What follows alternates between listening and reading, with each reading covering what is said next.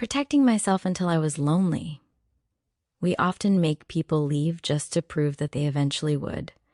I used to think my heart was a castle. I built high walls. I put up heavy gates. I told myself that if I let no one in, no one could hurt me. I thought being alone was the same thing as being safe. But there is a problem with walls. They don't just keep the bad people out. They keep the good people out too. When you have been hurt before, your brain starts to play a trick on you. It tells you that everyone is a threat. You start looking for red flags in places where there are only white flags of peace. I spent years watching people's hands, waiting for them to turn into fists. I listened to their words, waiting for a lie. Because I was so scared of being fooled again, I treated kind people like they were enemies. I was so busy guarding myself that I forgot how to actually live. Self-protection feels like a superpower at first. You feel strong, you feel smart. But after a while, you look around and realize the room is empty.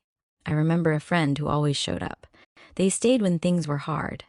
They listened when I was sad.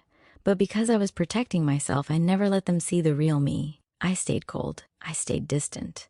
Eventually, they stopped knocking on the gate. I didn't lose them because they were bad. I lost them because I was too busy fighting a war that wasn't even happening anymore. We often push away the people who love us because we are afraid they will eventually leave. So, we make them leave first just to prove we were right. Sometimes the things we hate in others are just the things we are afraid of in ourselves. I projected my own fear onto everyone I met. I thought, if I feel this way, they must feel this way too. But that is not how love works. Love requires a person to be soft.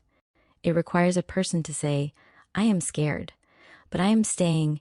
The hardest part about guarding yourself is the regret that comes later. You realize that the wrong people weren't the ones who left. The wrong people to lose were the ones who actually cared. I'm learning now that it is okay to have a door.